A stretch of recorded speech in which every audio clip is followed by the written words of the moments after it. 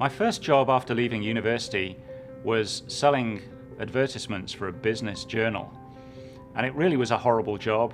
There were about 40 of us crammed into a small room trying to make a statutory 100 calls a day. One of the things that I realized very early on is that you had to get some sort of connection, have a conversation.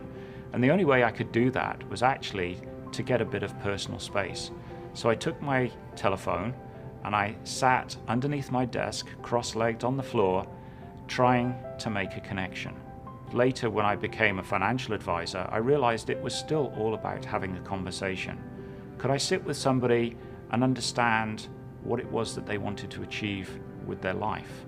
I was of the opinion that my job was to try and find the best performing managers to populate their portfolios. And the problem was that I would have to go back every year and say, I'm sorry it didn't work out last year the way we thought it would. Here's this year's selection of star managers. Well, it didn't take many years of doing that for me to realize that actually this wasn't a recipe for success.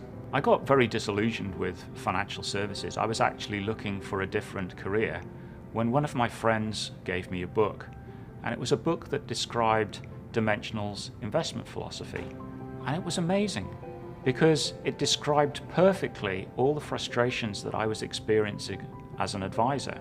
Why the picking stocks or timing markets was just doomed to failure. And it also described to me a very different attitude about how to think about the market. It was no longer this mysterious, malevolent force that we were ranged against and trying to beat. It was something that we could harness. It was a power for good. So this really changed everything in terms of my business as a financial advisor.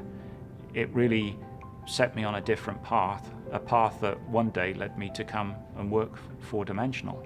When you find a set of ideas that you can truly believe in, it becomes a joy to go out into the world and talk about them.